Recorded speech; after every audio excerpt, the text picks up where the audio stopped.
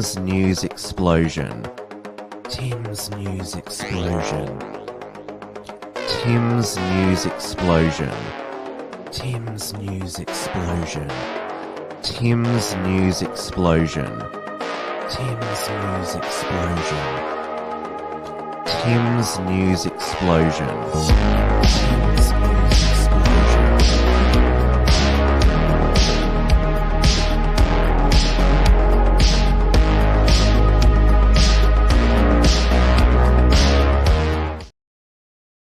Hello, everyone, and welcome to this week's Tim's News Explosion on this Monday, the 29th of May, 2023. We are back live on the Wilmsfront YouTube channel, the first time in around 3 months. Finally, the second strike expired. So I'm glad that all of you could find the channel and the link after all this time. Hello to Dawn, Peak Aussie Man, and Palo Conservative Australian in the chat. Also, Larrikin is there, and also Hadron Anti-Bullying. Great to see you all. As always, live on the Wilmsfront Odyssey channel, and from tonight, we are live on the Wilmsfront Rumble channel. So I'm giving D Live the flick. While the platform, it never really had a total free speech policy.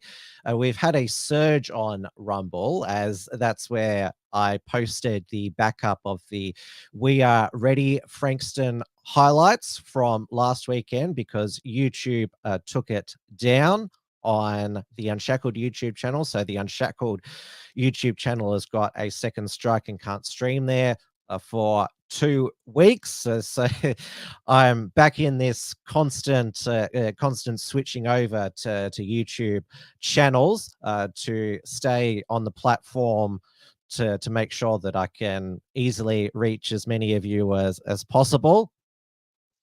So I know that when I was forced a couple of shows to stream only on Odyssey, you all still followed me over there. And as always, on Entropy, we can send through a super chat or a direct question. It is 8:30 p.m. here in Melbourne, Victoria, where just before midnight last night, there was another earthquake centered around the northeast suburb, the outer northwest suburb of Sunbury. It was of 3.6 magnitude, so it was less than the earthquake in September 2021, which originated in Mansfield, just north of Melbourne. That was 5.8 magnitude. I didn't feel it in the outer southeast where I am. I heard the news of it because I was still up at 11:40 p.m. But there was obviously a lot of people that felt it, but there was minimal damage, as there was in the 2021 earthquake, second earthquake in Melbourne for the in 2 years. But those earthquakes, they only last for seconds, while the pain, the latest Andrews government state budget announced last week by Treasurer Uncle Fester Tim Pallas will last for years, because obviously there is the 31.5 billion that the Andrews government said we need to repay, that we borrowed because we had to save the economy during our COVID lockdowns. So some of the most brutal measures are the increase in land tax, because the tax-free threshold for land tax on a second property or investment property is being lowered from 300,000 to 50,000. There is also for companies with a national payroll tax, payroll of more than 10 million, they'll have to pay an additional payroll tax of 0.5% or 1% if their national payroll exceeds 100 million. And also, private schools will lose their payroll tax exemption from 1st of July next year. But Dan Andrews says that, the increase in land tax or lowering of the threshold, no, it won't be passed on to renters. And he's even hinted that he might limit legislate to limit rent increases to maybe once a year, and also his government want to tax Airbnbs as well. That was leaked to the Sunday papers.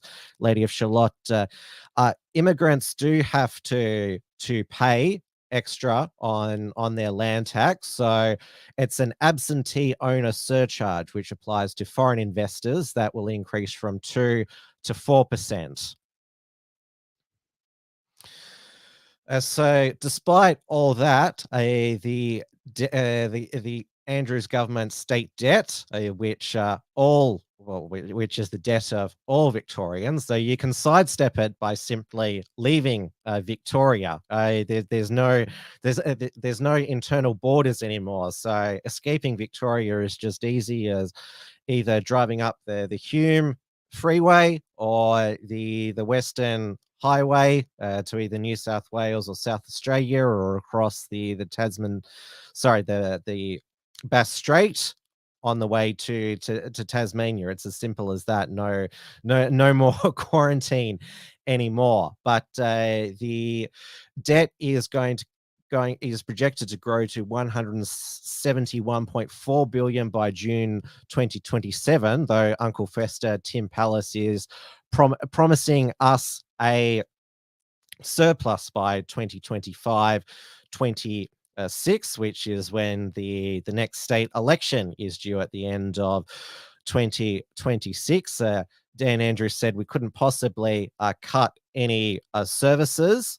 He is letting go 4,000 public sector workers, which is the pencil pushers. So I don't know if any of them are coming out of his private office. He has double the staff of the Prime Minister.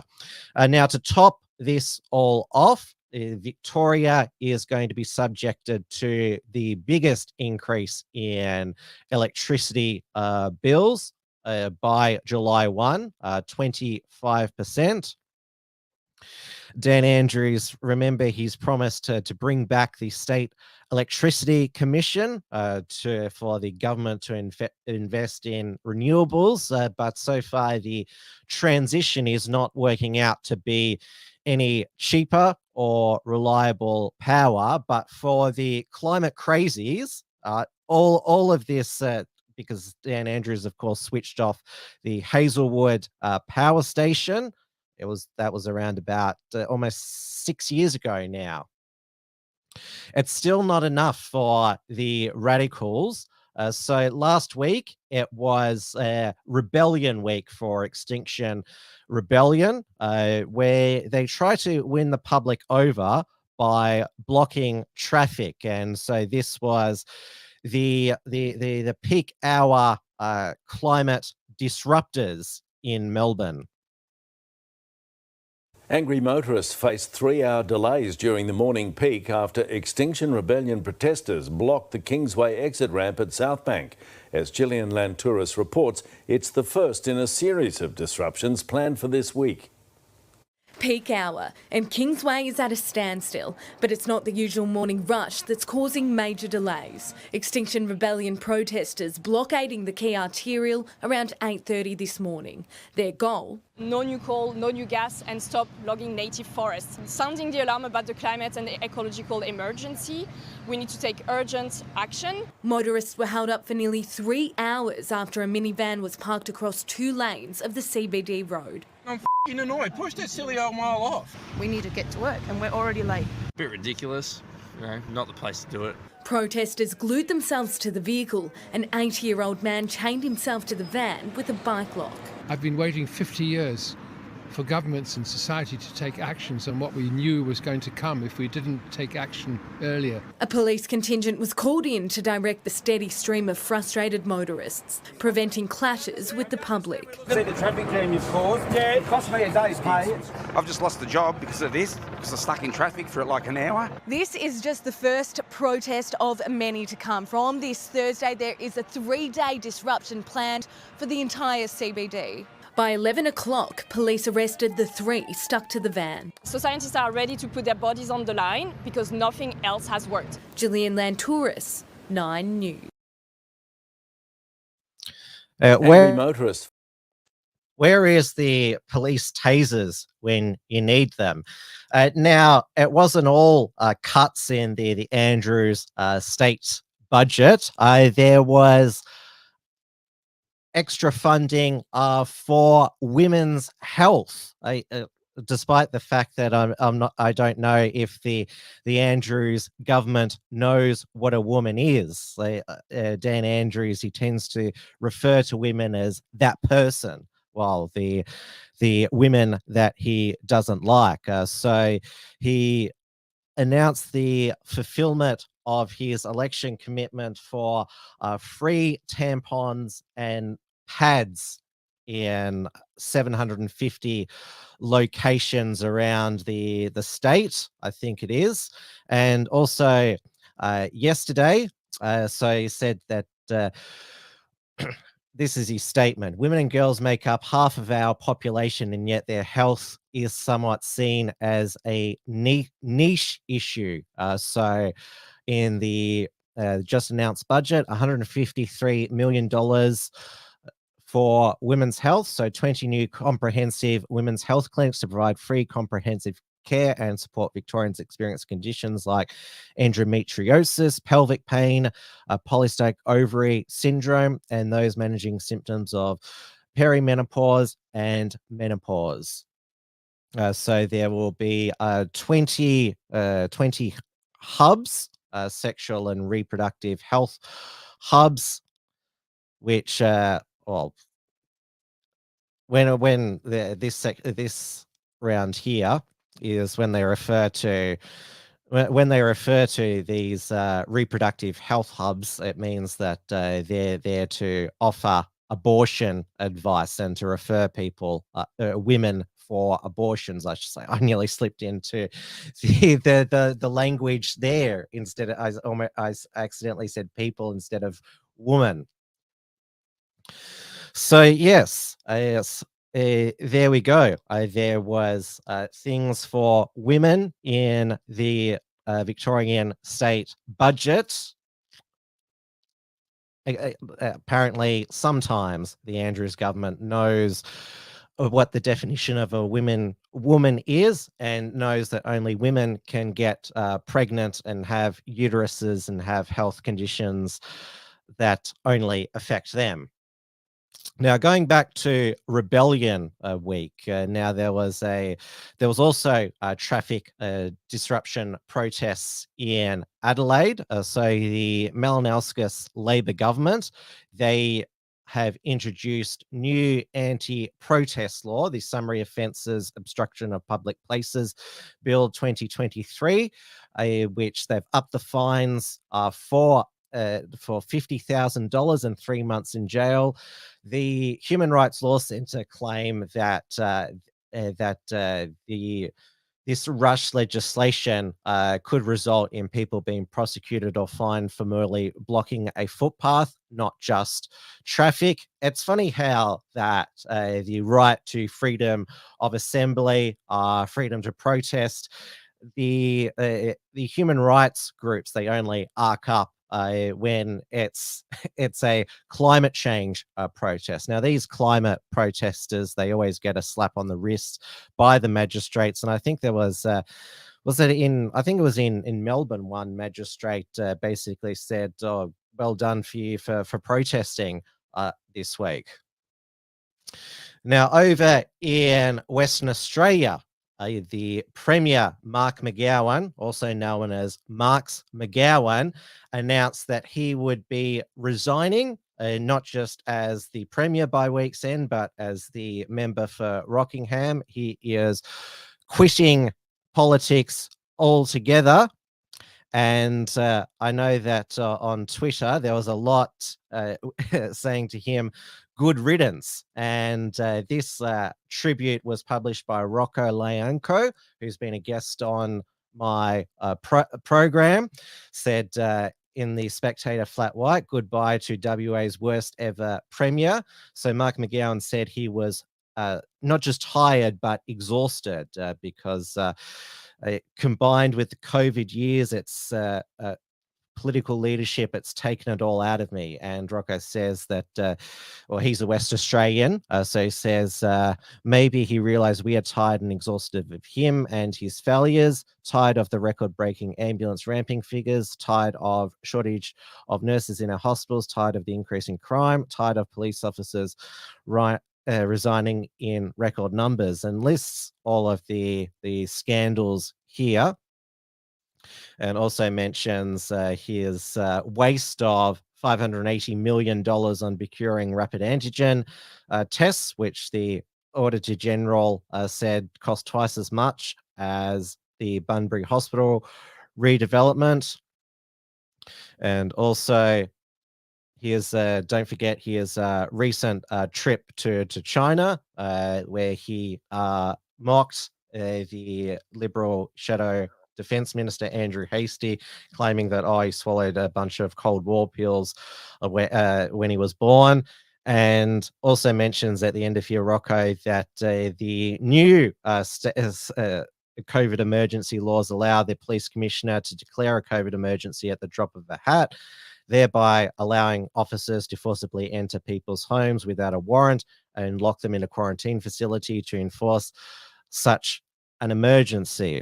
It's clear that Mark McGowan, he lost his purpose when the pandemic was winding down. Of course, the World Health Organization has declared the COVID emergency officially over, though last week with a school shooting at a suburban Christian school in Perth. Thankfully, no one was harmed, but Mark McGowan did take the opportunity to announce, like he did keep the people of Western Australia safe from COVID, he was going to keep them safe from gun violence. Police have released dramatic body cam footage from the scene of a school shooting in Perth yesterday. A 15-year-old boy tonight remains in custody after allegedly firing 3 shots on his former campus. Police facing something they could hardly expect to deal with in Australia. There's a classroom at the end. They're all hiding. It's all done. Yeah. School bags litter the hallways, students remain hiding under their desks. Outside, officers quickly arrest the 15-year-old former student and locate his car. We have the vehicle with all firearms in the vehicle, 1 male in custody. On the front seat of the boy's car, 2 rifles and a gun bag. Police also found 3 bullet casings, 1 on the floor mat of the car, and bullet holes in the school's demountable building. This school practices lockdown drills twice a year. Everyone acted immediately. Turn the lights off. We were in cooking, so we had to turn all the stoves off and lock all the doors, move everything up against the door, like all that sort of stuff. So we had to act quick. WA Premier Mark McGowan visited today, praising staff and students for their bravery under extreme pressure. Obviously it was traumatic, and this is the sort of thing that you see on television in the United States. It's not the sort of thing you expect or should expect to see happen here in Australia. With 360,000 firearms in Western Australia, the government will now reform gun laws. But in another troubling development, police are searching for a man who held up a gun store in Busselton, south of Perth, this morning. Armed with a pistol, he stole a rifle and ammunition before fleeing. Eddie Meyer, 9 News.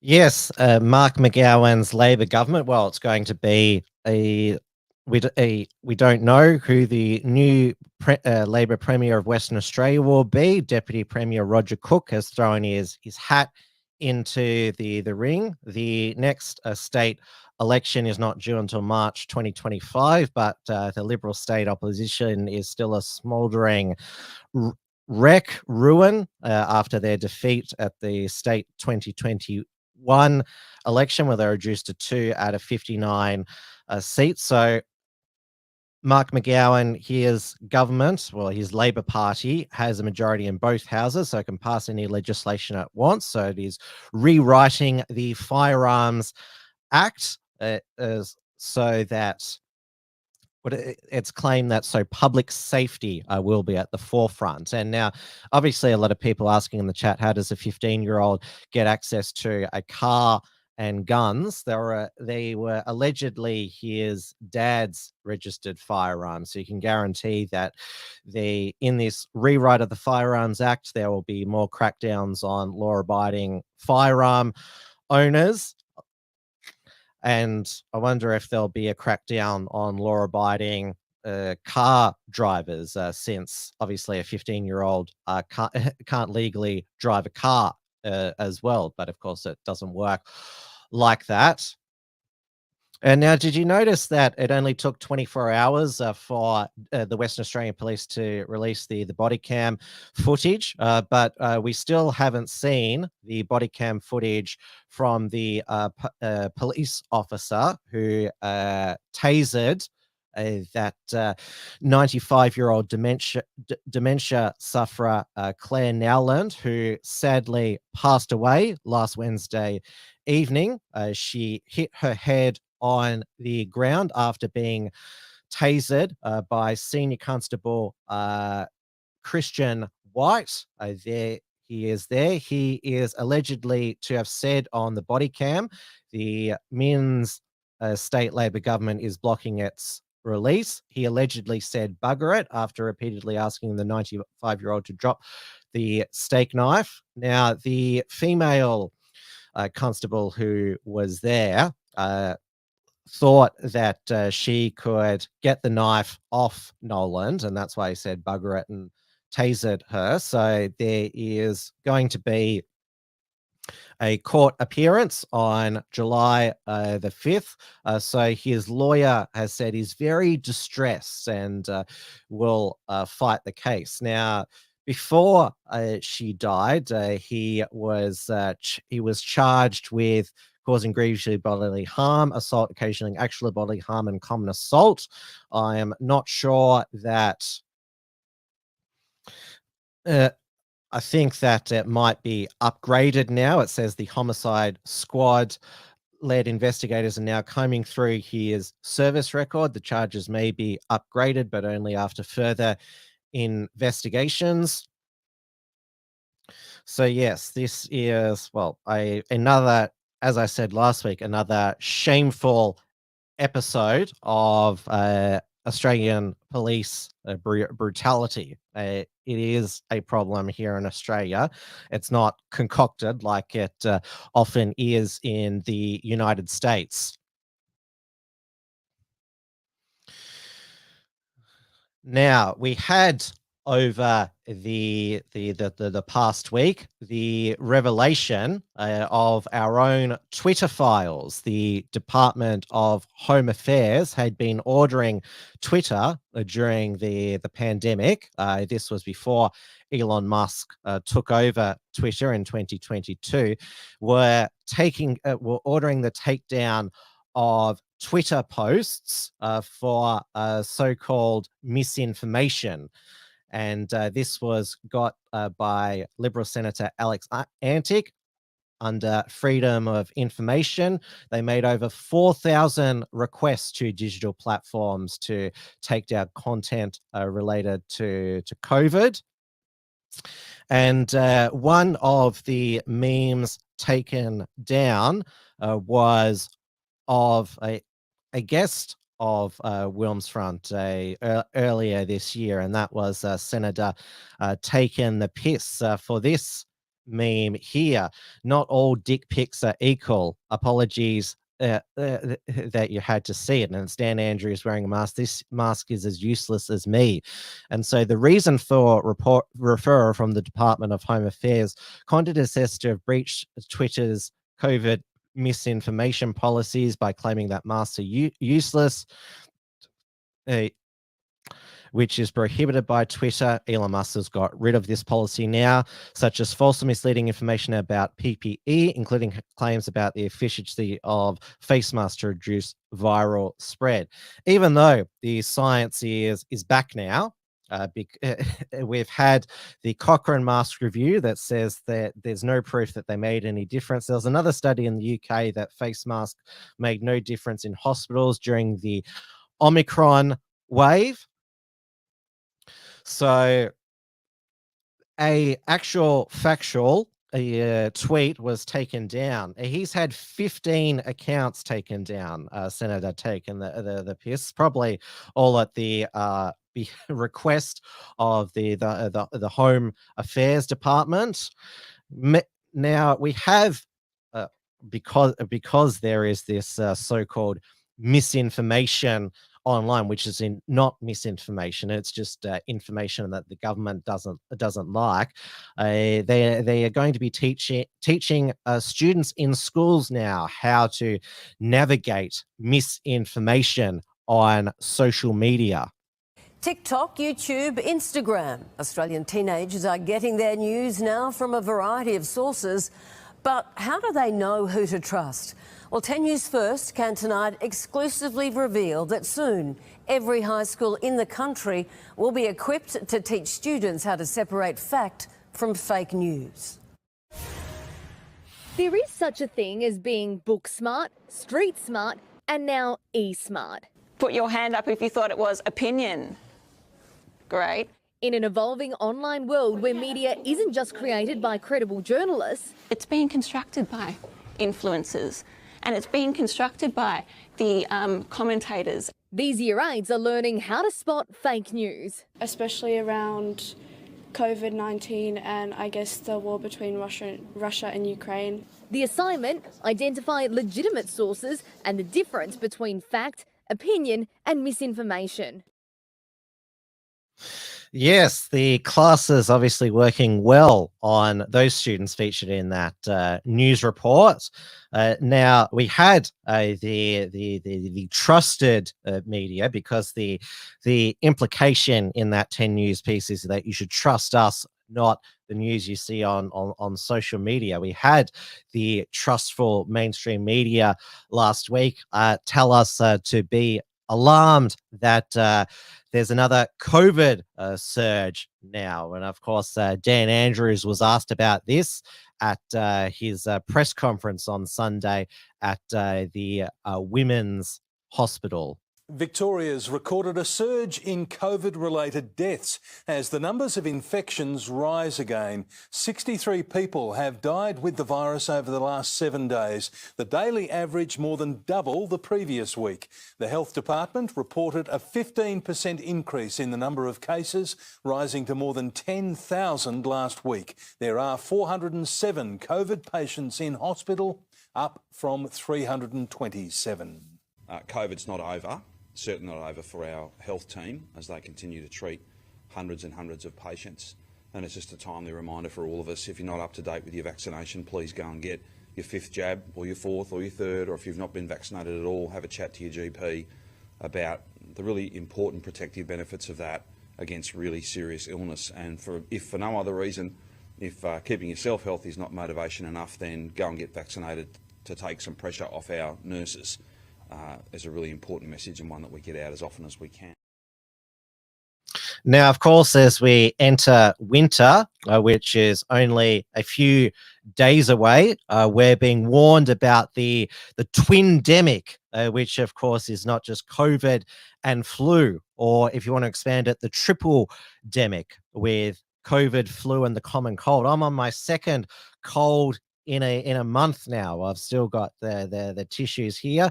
When I go out and about town, there's so many colds and coughs around. There's a cough-tagion. It's not just the which is that's the COVID cough. It's a soft, dry cough. These are actual cold coughs, like you've probably heard them when you're out and about town. shopping. There's heaps going around. So maybe I got a different strain of the cold because we all have immunity debt since a lot of the colds and viruses were kept away from us because we were locked down and the borders were locked down. So up in New South Wales, we had Chief Health Officer Kerry Chant talking about the flu surge and that the key to beating the flu wave this winter is, of course, vaccination. There's an urgent alert from our health chiefs tonight with a big spike in influenza cases around Sydney and warnings to take care on public transport. Here's Tom Saker. Mark, talk about an influenza explosion. Look to the end of the line and see what's happened with the number of people coming down with the flu in New South Wales in just the last week. So who's getting sick? Mainly teens and children. Why? Not enough vaccination. Just 14% of toddlers have had a flu jab this year. And the reason for that, well, probably a bit of vaccine fatigue. But a big spike early on, like we're seeing now, is often a red flag for a horror year. Remember, flu can kill. We need you to go and get vaccinated. It's easy, it's accessible. For many people, it is free. While you're there, grab a COVID booster too. You can now have both at the same time. COVID cases are creeping up as new variants creep in. And so that's driving it, as is waning immunity. Remember, boosters are free, as are new rats, which can detect both COVID and flu. Available from Service New South Wales. Mark. Tom, thank you. Yes, I brought to you previously, you can get the 2-in-1 rats now, which can test for both flu and COVID. But what is not wrong in that report is that the flu can kill. It kills hundreds, sometimes thousands of Australians every year, and it's much more severe in children than COVID ever was. And now, obviously, with the World Health Organization declaring the COVID emergency over, it is, we had a press conference by WHO Chief Tedros warning us to prepare for a disease even deadlier than COVID. So he said, and I'll do the voice, the threat of another variant emerging that causes a new surge in disease and death remains, and the threat of another pathogen emerging with even deadlier potential remains. We don't know what the next pandemic will be, but it's got a list here. This Daily Mail article. So there's Crimean Congo hemorrhaging fever, Ebola, Marburg virus, Lassa fever, MERS, Middle Eastern coronavirus, another SARS, maybe SARS-3, Nipah and Hennepin viral diseases, Rift Valley fever, Zika, and an as yet unknown. Now, it didn't mention in this list bird flu. Now, we've had a lot of fear stories about human bird flu cases from poultry workers contracting it in the UK. There was a Cambodian girl who died from a sick chicken in her farm. But over in Ukraine, because we had the US Undersecretary of State for Political Affairs, Victoria Newland, admit that they had bio labs in Ukraine.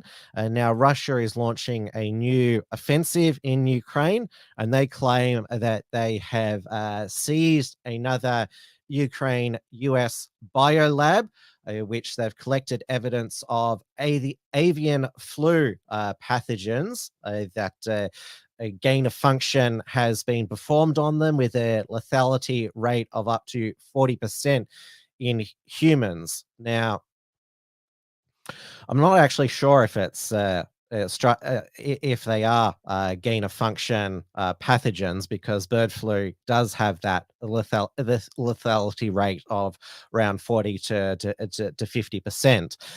But yeah, there is certainly in those biolabs in Ukraine, there is certainly gain of function or other experiments being made there, because of course the US doesn't do it on their own soil. They obviously, Fauci, when he was head of the National Institute for Health, Allergy and Infectious Diseases, gave US taxpayer money to the Wuhan Institute of Virology. I guess Ukraine was the Ukraine Biolabs was also another source of their research that they gave funding to.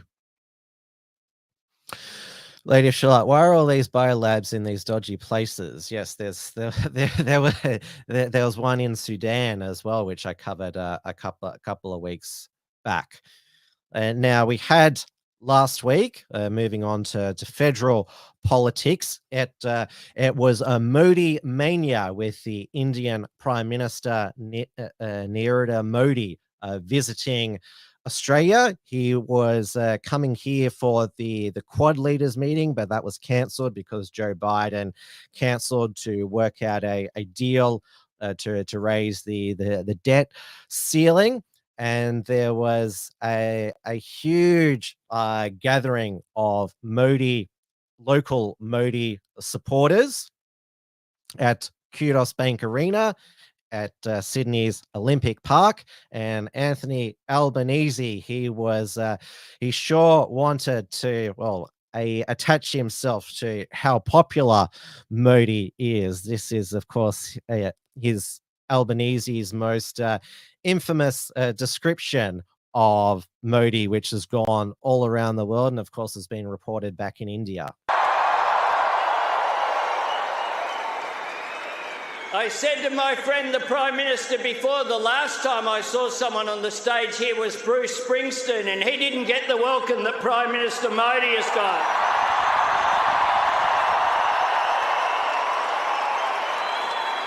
Prime Minister Modi is the boss.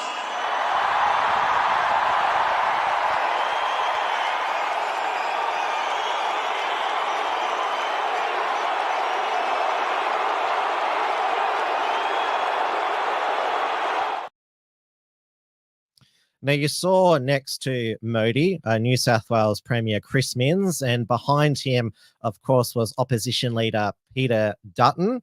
So it is bipartisan, the glowing admiration for Modi. Now, I'm not sure, I know that we have a few viewers here who also watched the Joel and Blair show. You could tell that they were both seething at Albanese's fawning over Modi. And over at XYZ, their headline was 20,000 Indians welcome Conqueror to Sydney.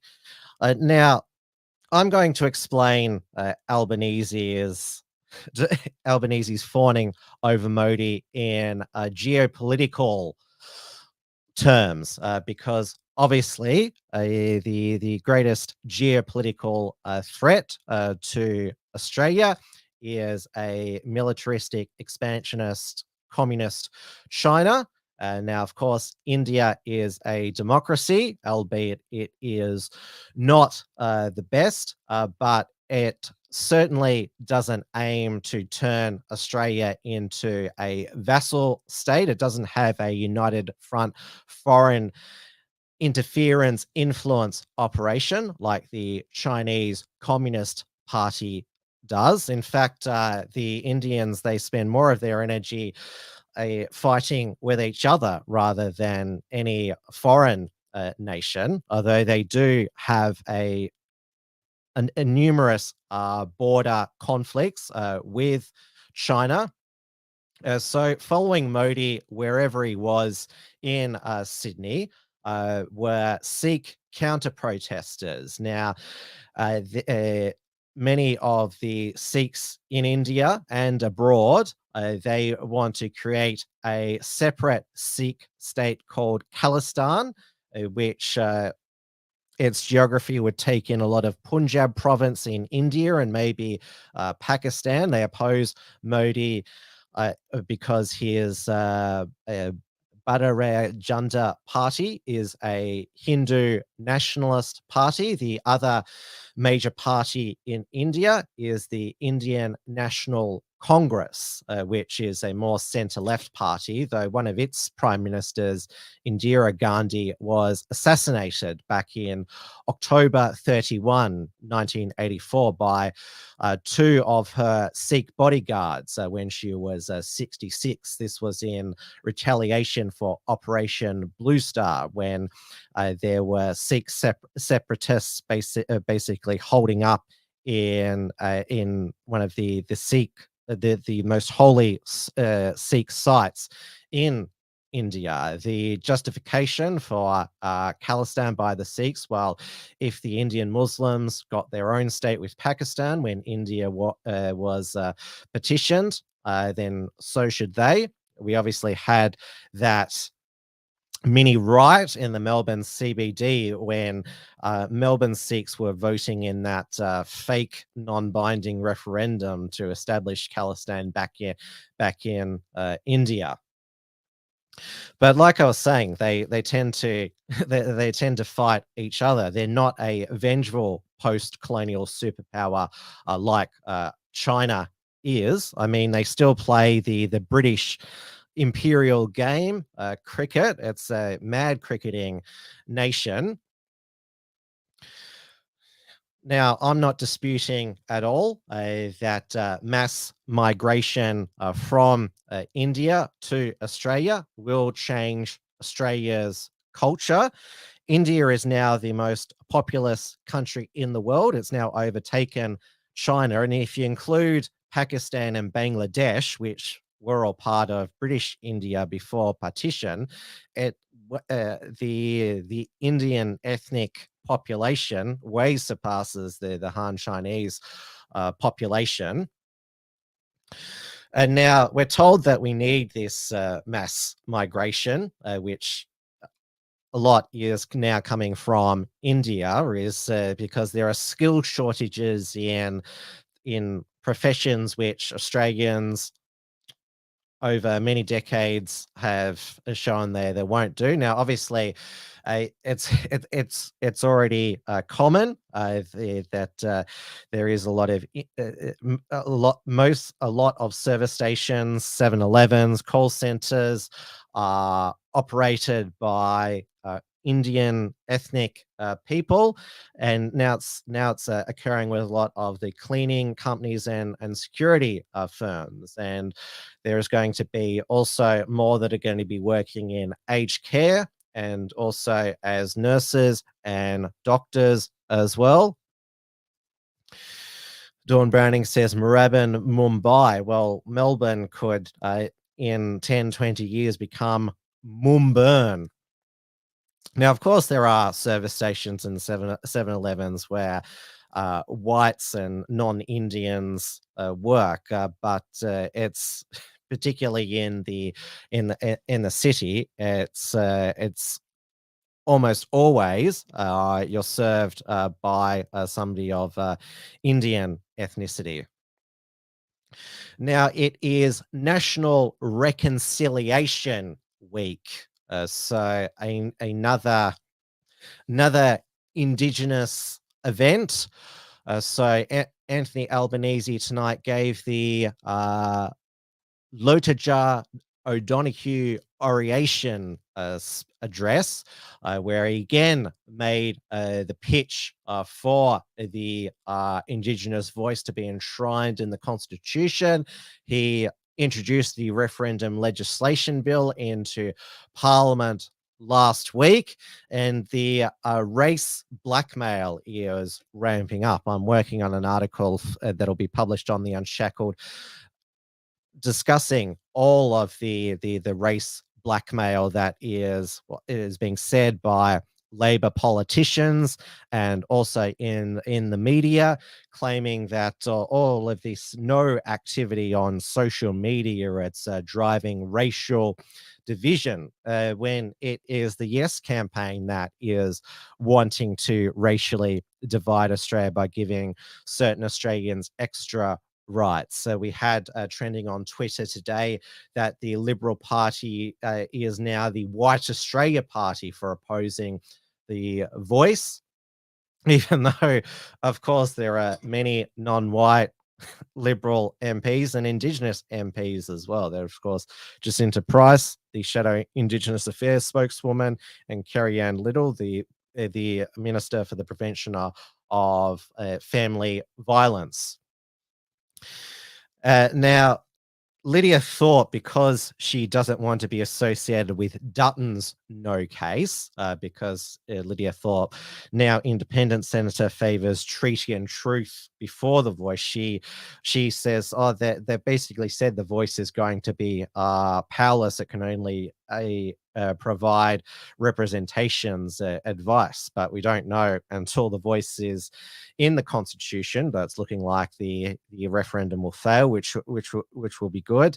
We don't know what the Voice will eventually look like until the High Court makes a ruling on it. So Lydia Thorpe is now saying she may abstain from either campaigning or voting in the referendum. This was on ABC Insiders yesterday, where they again discussed all of the online racism that is popping up against the Voice and against Stan Grant and other Indigenous journalists. They had the ABC's Indigenous Affairs. Not just their Indigenous, is not an Indigenous Affairs correspondent, but he's ABC's official Voice correspondent, Dan Borsha. So he was on the panel talking about, I get comments as well that I'm token Aboriginal on this panel. So in the interview that host David Spears did with Lydia Thorpe, she also said she was filing a Human Rights Commission complaint against the Greens for alleged racial discrimination. So Greens, you reap what you sow. And she also had this screaming match with Labor Senator, Indigenous Senator Melangindra McCarthy, Senator for the Northern Territory. Disgusted when the Northern Territory Police get $14 million when our youth services are struggling. How can you let this happen, Senator McCarthy? How can you let this happen? Senator Thorpe, I have said that we've invested $25 million for those organisations which include the Northern Territory Police $14 million. Ones that you've spoken about. And how dare you, when we have First Nations people working in the police force, Are you protecting the police? No, I'm telling you that we also have First Nations police who are doing their best to improve the situation across the Doesn't matter what colour you are. Not just police in are Alice police. Springs. So you obviously don't. Police are police. $14 million to the police. You do not want to see things Shame on improve. you. No, shame on you. You're the one who brings disgrace. They're the ones killing our people. You bring disgrace not only to the Senate, but to your own people. You are an absolute disgrace. You tell that to Yindamu. You are the disgrace. You tell that to Kumanjay Walker's family. How dare you? Tell that to Kumanjay Walker's family.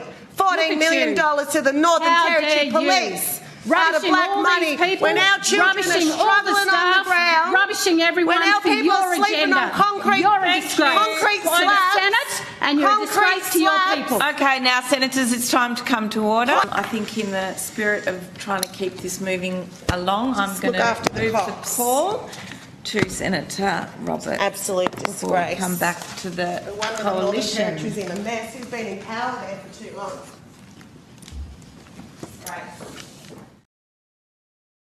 Now, good on Melangindra McCarthy for giving it back to Lydia Thorpe. She wasn't going to cop that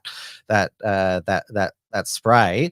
There's also another Indigenous Labor Northern Territory MP, Marion Scrimshaw. She's also very good. She actually is on the ground in Alice Springs and knows that there is a crime crisis in the town. It is not a Peter Dutton, Jacinta Price invention.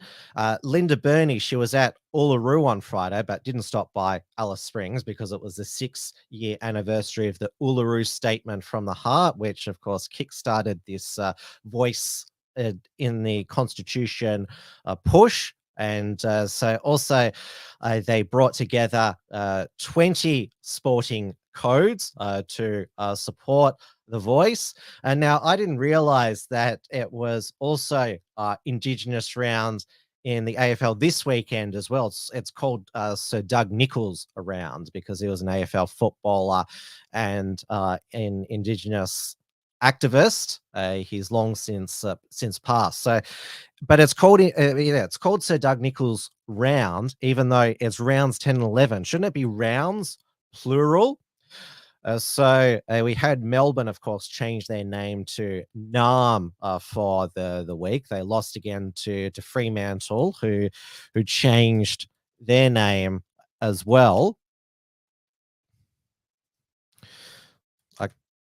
So there, I need to find out what their name is.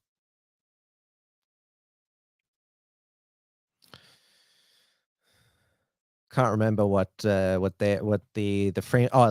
Wally Up Football Club is what Fremantle is known for Indigenous round. It's the NARM versus Wally Up game at the MCG the week after the Richmond Essendon Dreamtime game at the G. So this round at the SCG, there was a statue unveiled of Adam Goodes. His war cry immortalized in a bronze statue. Now, it looks quite innocuous there, but a lot of you will remember it was a very aggressive run-up to the Carlton supporters when he scored a goal, and he had the hand movement there to look like he was throwing an invisible spear at them. Was very aggressive. Now, he said that he learnt this dance from a junior Indigenous football team, so it's not part of Indigenous culture if it was recently invented by a junior footy team, but that was Adam Goodes' attempt there to create an Indigenous haka. So this is, of course, is the AFL. They apologized for the fans booing him, and so they want to make amends, and so this statue is part of it. And now in the other code, North, in the NRL, they were mourning the death of rock and roll legend Tina Turner because she fronted a number of rugby league promotional campaigns in the early 90s with her song Simply the Best. Yes, Australia is such a racist country that the fans of one of the major sporting codes fell in love with an African-American rock star promoting their game.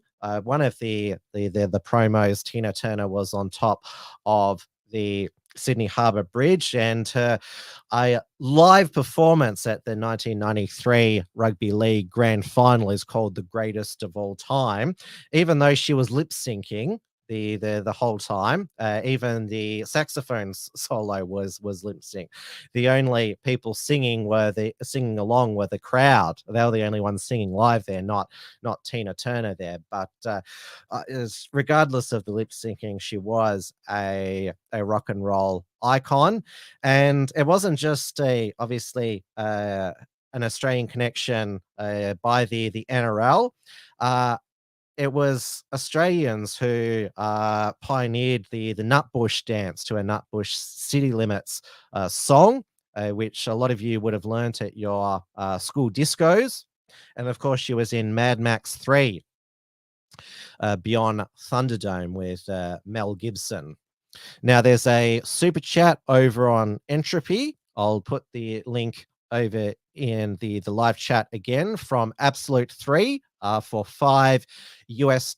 So thank you for that super chat. Will you cover the first Republican debate in August? Should be fireworks with DeSantis and Trump. Well, I think there certainly will be, and that super chat Absolute3 is a good segue. Because we had DeSantis finally announced that he was running for president, but for the Republican nomination, I should say. But beating him to it was a South Carolina Senator, Tim Scott. Now, he's African American, but because he's a Republican, on The View, Joy Bayer said that even though he is Black, he doesn't understand Black people. And he's one of these guys who, he's like Clarence Thomas, Black Republican, who believes in pulling yourself by your bootstraps, rather than, to me, understanding the systemic racism that African Americans face in this country and other minorities. He doesn't get it, neither does Clarence. Right. And that's why they're Republicans. Yeah. I know. Now, Will Chamberlain, who's a conservative commentator on Twitter, said that raised the fact that he didn't think that Tim Scott was qualified for president because he's 57 and never been married nor had children. So how could he understand working families? Now, his fellow South Carolina Senator Lindsey Graham is also a lifelong bachelor, never married and had children. There must be something about South Carolina that they elect male politicians who've never married and had children there. Of course, Nikki Haley, the former South Carolina governor, is also running for president. So you have two South Carolina politicians running for president. But of course, it was Ron DeSantis, Florida governor's entry into the presidential race, which was the big news of the weekend. He chose Twitter Spaces to launch his campaign, and Donald Trump, he decided to release this deepfake AI satire of how tech disastrous it turned out to be DeSantis's Twitter Space presidential launch. Hi, everyone. Welcome to our Ron DeSantis Twitter Space. Hello? Is my microphone working correctly? George, can you just wait while we... Hello? Can you hear me? We can all hear you, George. Can you just hold on for a second? Hilfa, I don't think they can hear me. I can hear you fine, George. Just speak to the I don't think George knows how to use Twitter. Hello? Can you hear me now? Can I please make my big announcement now? Everyone just... Hello? Just shut up, George. Can somebody just mute George? Dick, could you try not to cough on the... Okay, so how are we going to take out Trump, you guys? Guys from the FBI, this is not a private call. This is a public Twitter space. Everyone can listen in. God damn it. Anyway, guys, we invited everyone to this Twitter space so Governor Ron DeSantis could... Everyone just shut the hell up so I can make my announcement, okay? You go, girl. Wait, the devil is gay? So what? Everyone in this call is gay. I happen to know every single one of you has a secret gay lover hidden in your closet. Ich kann nicht zulassen, dass die Soldaten, die für Sie verantwortlich... Guys, can we please just calm down? So anyway, guys, I just wanted to announce that I'm... Okay, I can hear the governor very well. Shut up, would you please shut up already? I'm running for fucking president, okay? Yeah, we kind of already knew about it. Know, Governor. Congratulations, Governor. Well, that concludes our Twitter space for today. Thank you to all of our... Hold your horses, Elon. The real president is going to say a few words. The devil, I'm going to kick your ass very soon. Hitler, you're already dead. Dick Cheney sounds like you'll be joining Hitler very soon. Klaus Schwab and George Soros, I'm putting both your asses in jail. And Ron DeSanctimonious can kiss my big, beautiful 2024 presidential ass. Trump 2024, baby. Let's go.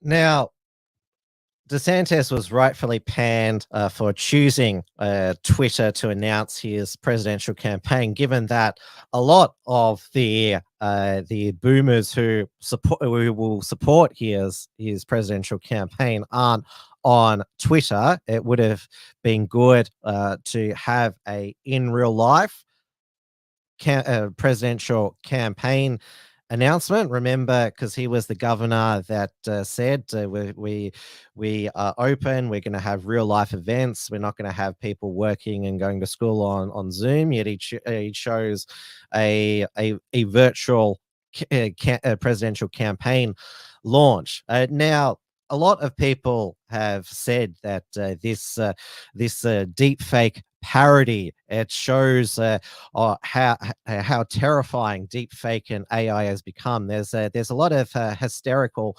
fear-mongering reports about the dangers that AI and deep fakes pose to world order and could be extremely dangerous to our democracy. But I mean, they're trying to make AI and deepfake sound as scary as they made COVID out to be. But what I'm seeing with AI and deepfakes, that it's mainly being used for satire and ridicule, which of course is using the powers for good, like this deepfake AI of Bud Light's new spokesman or spokesperson.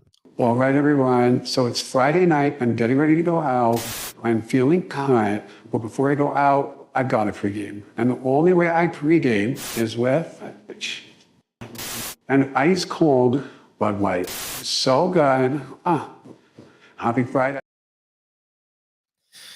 Now, this Bud Light, this footage of this Bud Light drinker, it is not AI, but it could be a sketch here. So many options. Ooh. Yeah. I don't really let the politics affect me. I've been drinking it my whole life. It hasn't changed me, so. That makes sense. Yeah, that makes sense.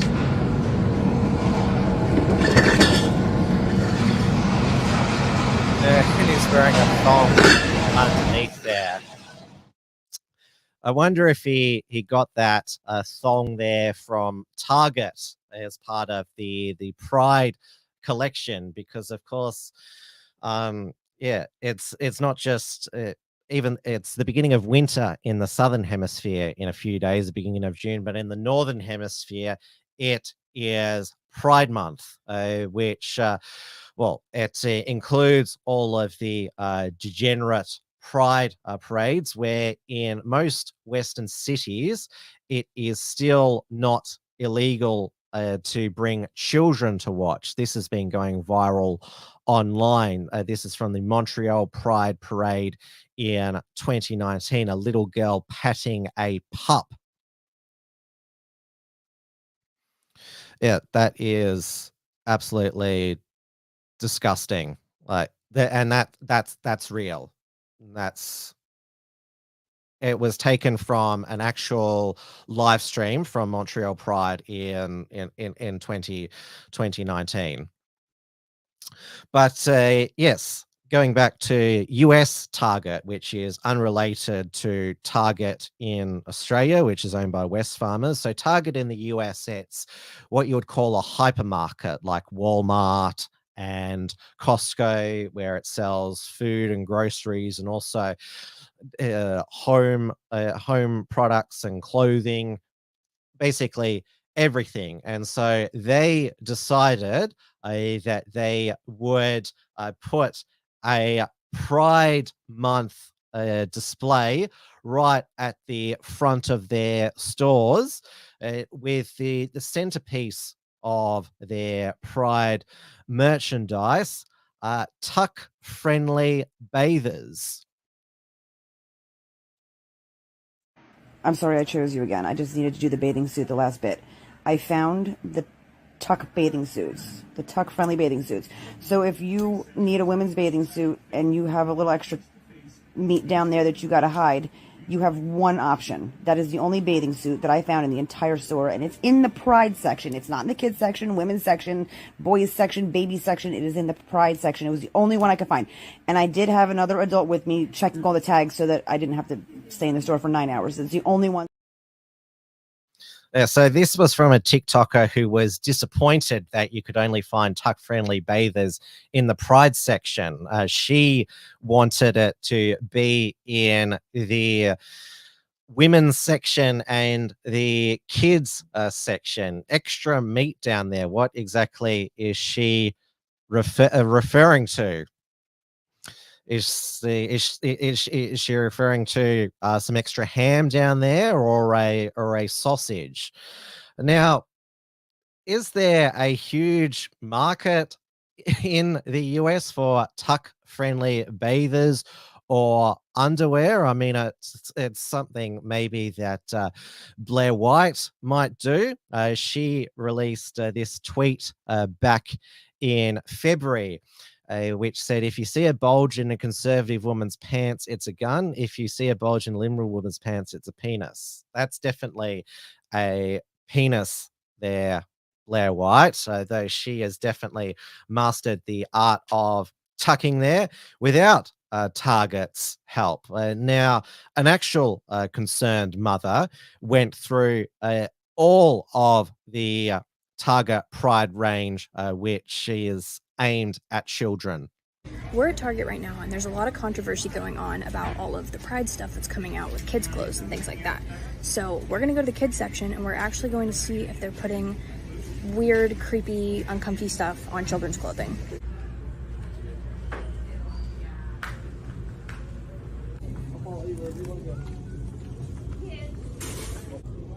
Okay, this is the child section. This is literally the kids section. I'm next to a literal onesie that says whatever the hell that means. We have Glad You Came Out and I'm So Happy That You're Queer in the kids section. Are you kidding me?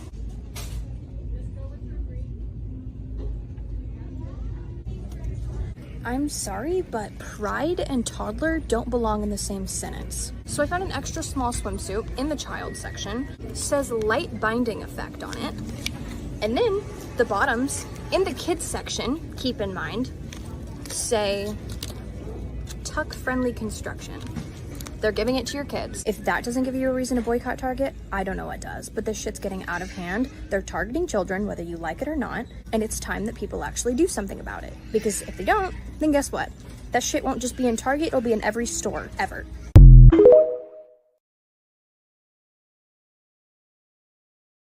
Now, after the Anheuser-Busch Bud Light boycott, Anheuser-Busch lost $6 billion in its market share value. Target so far has lost $10 billion in just 10 days. How to lose $10 billion in 10 days. Now, this is from the Daily Wire, which its hosts are taking a lot of credit for these successful boycotts. Matt Walsh, Michael Knowles, and Candace Owens, they have a lot of their programs this week have been exposing the Target merchandise, Pride merchandise aimed at children, which one was designed by a literal Satanist, but has now been pulled. So this is they go by the name A.B. Brolanuk. So one of their shirts was Satan respects pronouns and he loves who you are. Satan accepts people of all, several, and no genders. He appreciates gender non-conformity. He loves trans and non-binary people. Hail yourself. Now, A.B. Prolanuk said that those T-shirts weren't being sold through Target. Target has pulled their designs. They have also pulled the designs by Ash and Chess. They are designers Ashley Molesso and Chess Needham. So they're Ash and Jess Ash and Chess brand, they wrote a children's book titled ABC Deconstructing Gender. And now, so they said, we are saddened to say that a majority of our collection has been removed from Target stores due to threats from domestic terrorists. Emotionally, we currently do not have the bandwidth to comment further on this. We appreciate your support and love. Queer and trans speech will exist in the past, present, and future. We are stronger together. We love you all. And Target, they've released a threat overview. They said, as political and social tensions rise ahead of the 2024 presidential election, Target will face a continued increase of physical security threats related to our commitments on contentious social issues, including support of LGBTQI community and Pride Month. I mean, just look at what these conservatives did to this Target store just in the past week.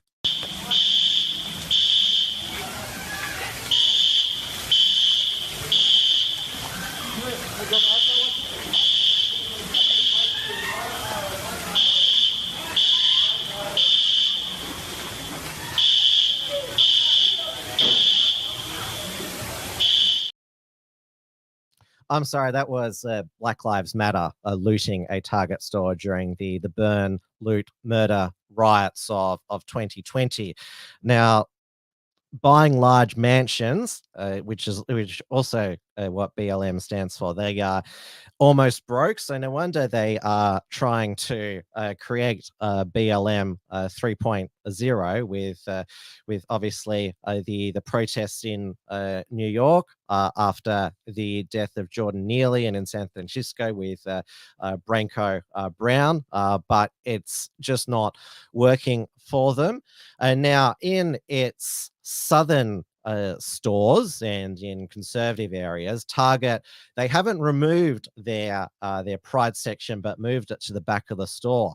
And Twilight actress Rochelle Lefebvre, she was very upset that she had to walk all the way to the back of the store now to buy a Pride merchandise for her non-binary child.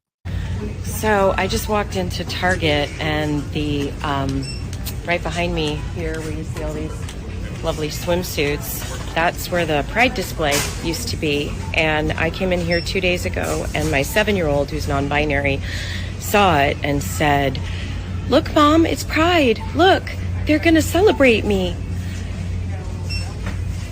And because some people complained and threw some stuff to the ground, or I don't know what happened, they have moved the Pride section to the back of the store.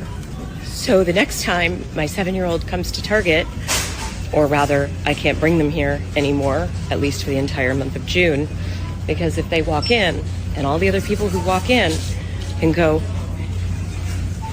"Where'd it go?" are going to realize that they are being successful in trying to erase them. We could do so much better than this. We're not supposed to negotiate with the terrorists. We can do so much better than this.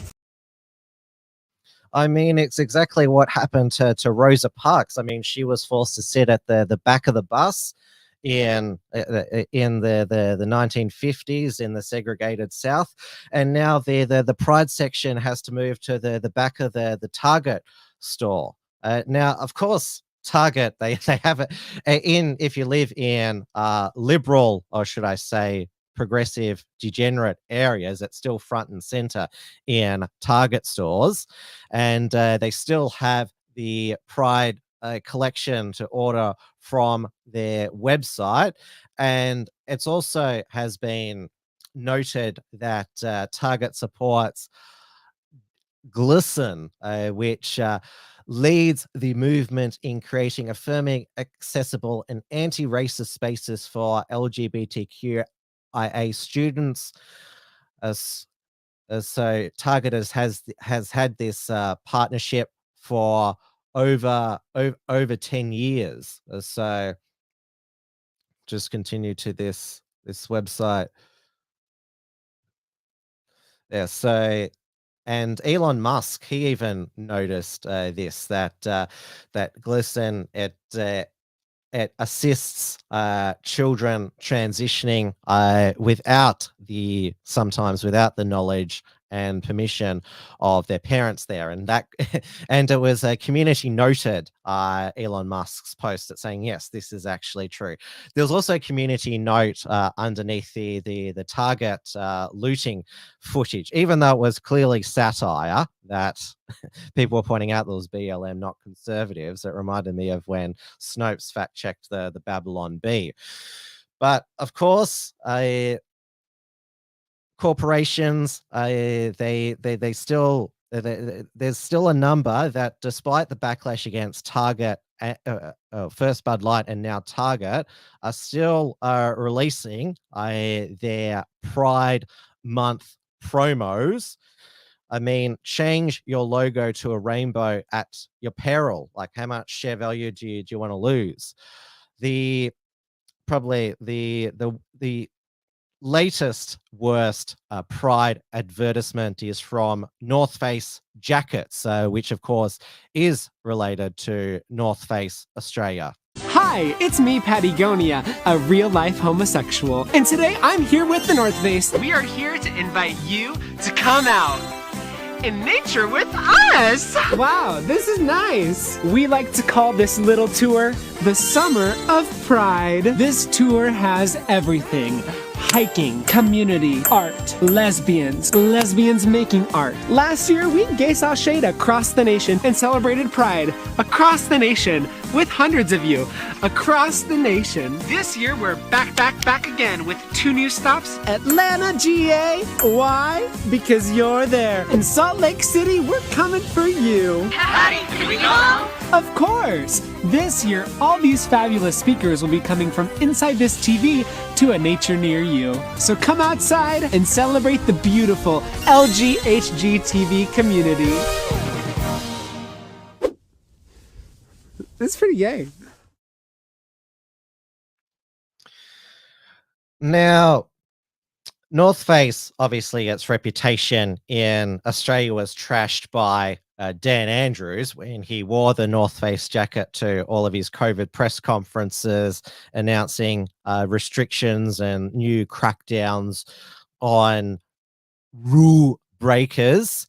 But Dan Andrews will now love the North Face jacket even more. His next press conference will be in drag in the North Face jacket, saying, "It's ma'am." Now, when did drag queens start having beards? I mean, I know there is a debate now around whether women have penises, but they definitely do not have beards. I mean, these drag queens with beards, they definitely don't pass as women, and you actually look like a literal demon. And so it allows a lot of Christians to claim that you're a literal demon. Now, notice that this real-life homosexual says it's the Summer of Pride. So, obviously, trying to expand Pride Month to not just be the first month of the Northern Hemisphere summer, June, but to be July, August as well, 3 whole months. Which, of course, is what we've seen. There's all of these extra days. There's a month, and now they want to make a whole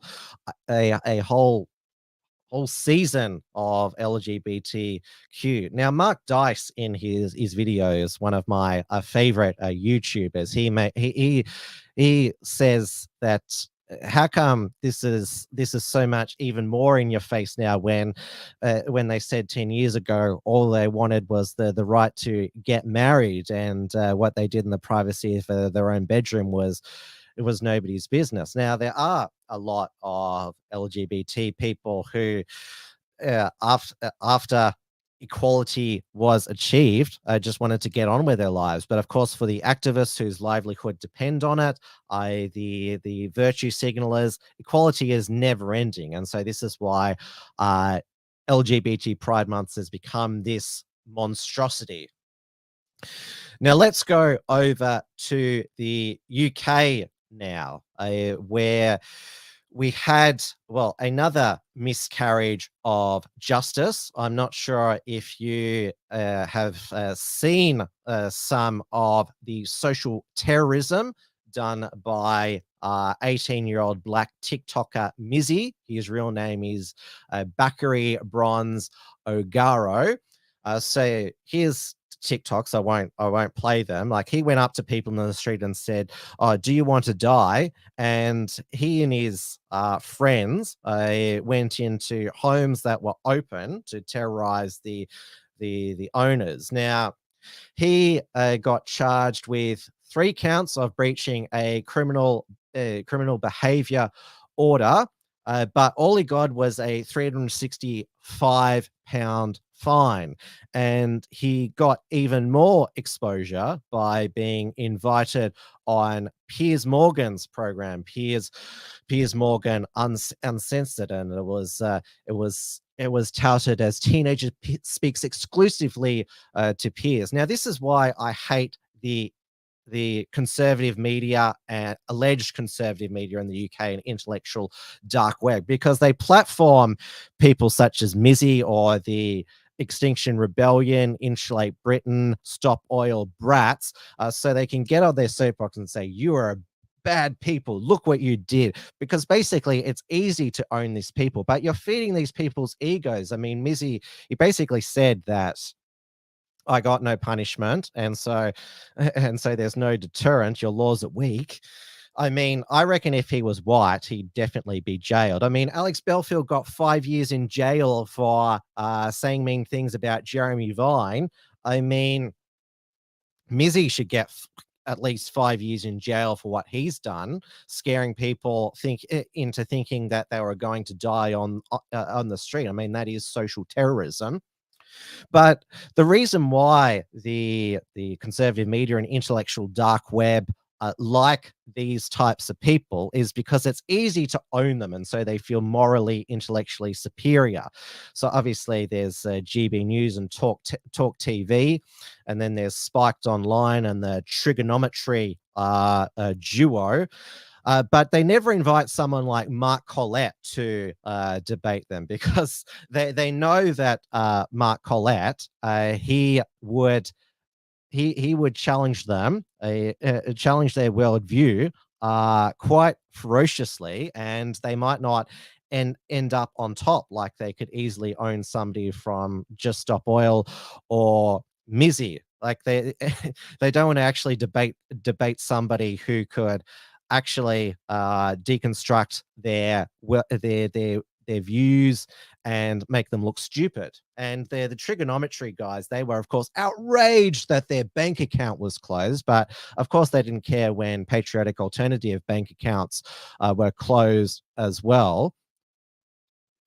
Now, over on mainstream British television, there has been another grooming scandal. Philip Schofield, I should say. He was now the former presenter of ITV's This Morning. He was he hosted the show for over 20 years, co-hosted with Holly Willoughby for 14 years.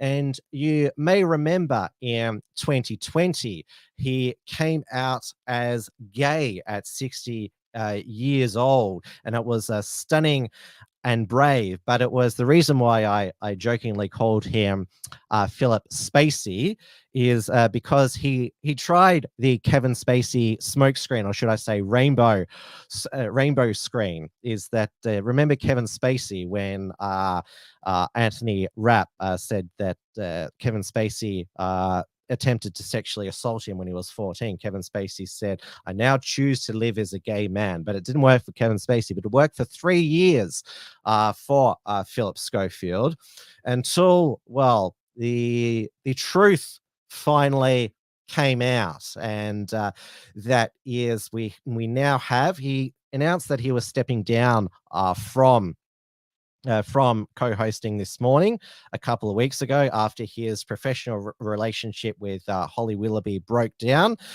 They, of course, were rightly rightly criticised for queue jumping to view the Queen's coffin. They said, oh, so the viewers could see it as well, when in fact they were just queue jumping so they could see it.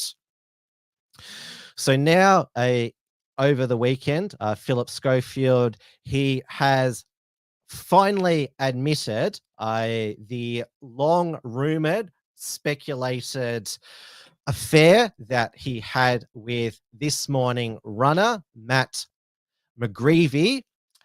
So this was the two of them busted together by an actual prankster, Jack Jones, in 2014. He decided to celebrate a social media milestone in front of Philip Schofield and Matt McGreevy.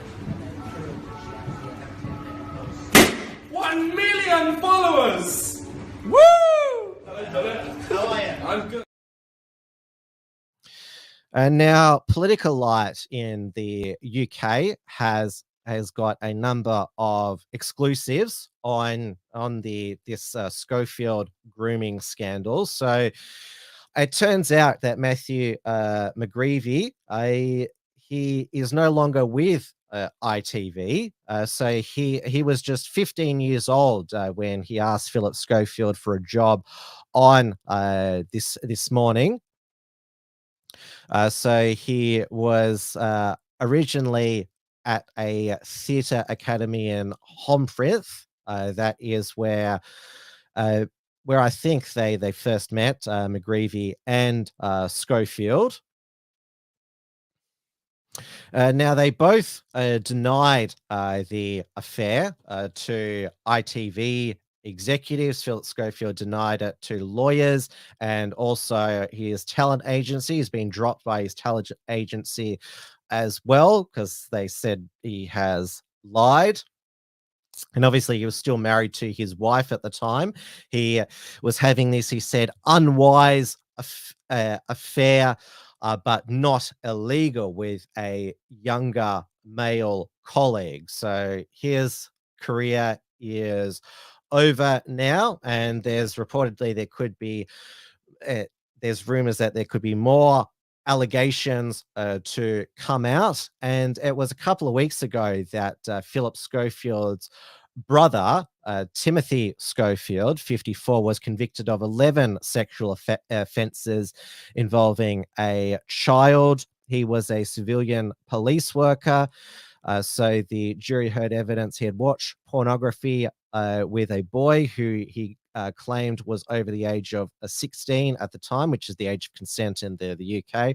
He claimed they had masturbated while sitting apart and denied performing sexual acts on the teacher. So he was found guilty on all counts with a majority of 10-2.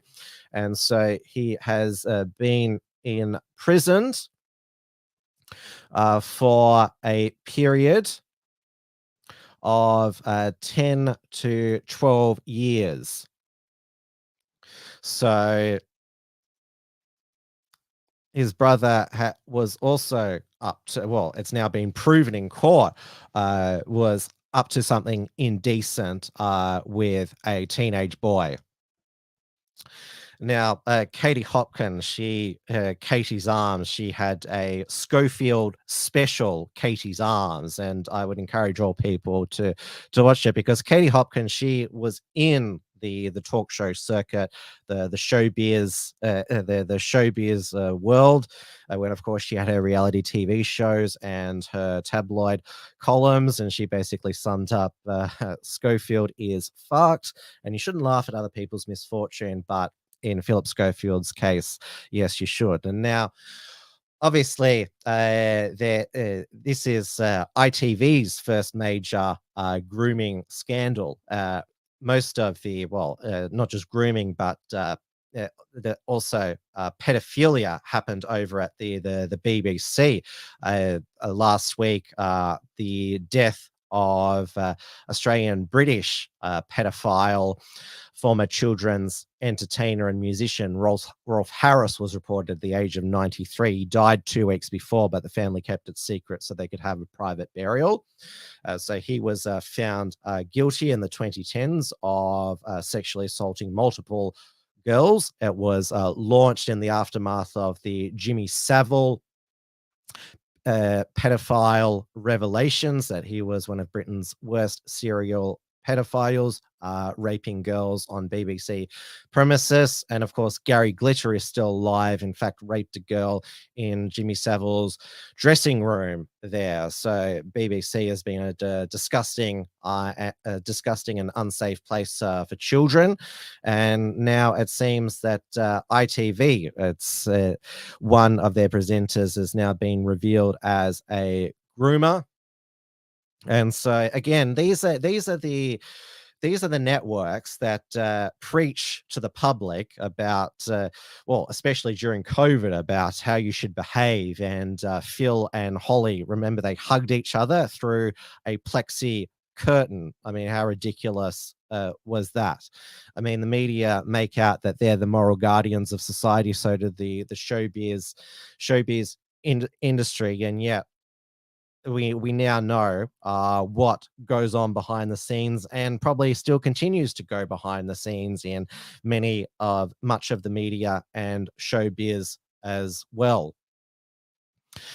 Now, that brings me to the end of another Tim's News explosion. There was another bit of international news. The Turkish President Erdogan has been re-elected for another term as president. So his Islamist party will continue to have its grip over Turkey there. Thank you all for watching on YouTube, Odyssey, and Rumble. It was a success, the first live stream to Rumble, so it will continue, and obviously Odyssey as well. Thank you all for watching once again, and thank you for Absolute 3 for the super chat.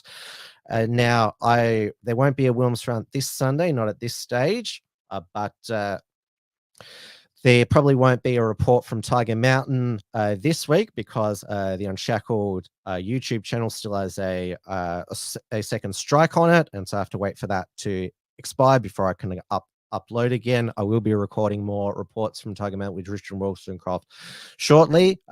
His No Goat Show colleague Damien Richardson has quit TNT Radio. He is now launching his own podcast now, so that'll be easy to find, because I know listening to TNT Radio, it's a bit difficult a lot of the time, even though it has a lot of base hosts. So make sure you check out the unshackled.net. I'll have that voice race blackmail article probably up tomorrow. So that's also got our Unshackled Productions archive. Remember, if you prefer not to send through a super chat, but want to support the Unshackled Productions, you can take out a Unshackled membership: bronze $5 per month, silver $10 per month, gold $25 per month, and platinum $50 per month. Thank you all so much for watching. Again, please stay safe, stay sane, stay warm, because it's getting so cold here in Melbourne. Stay happy, stay laughing, stay positive, stay optimistic, because we live in clown world and crazy town, but we try to have a laugh here at all the craziness, but this madness won't last forever. People will eventually wake up to it as well, and that's what we're trying to do here at Tim's News Explosion, the Unshackled Fight the Information War. Good night, everybody, and I will see you all again next News Explosion. Good night. Tim's News Explosion. Tim's News Explosion. Oh, wait, before finish, I should also let you all know that Nick Patterson's trial has been moved from June the 2nd. Friday, it was meant to start Friday, June 2nd. New date is the 28th of August. So they've moved it again. There is also a rally against smart cities at Pioneers Park in Berwick on Saturday, 17th of June at 11 a.m. sharp. I just thought I'd get those news in, because that's what's happening around Melbourne. Tim's News Explosion. Tim's News Explosion. Tim's News Explosion. Tim's News Explosion. Tim's News Explosion. Tim's News Explosion. Tim's News Explosion. Tim's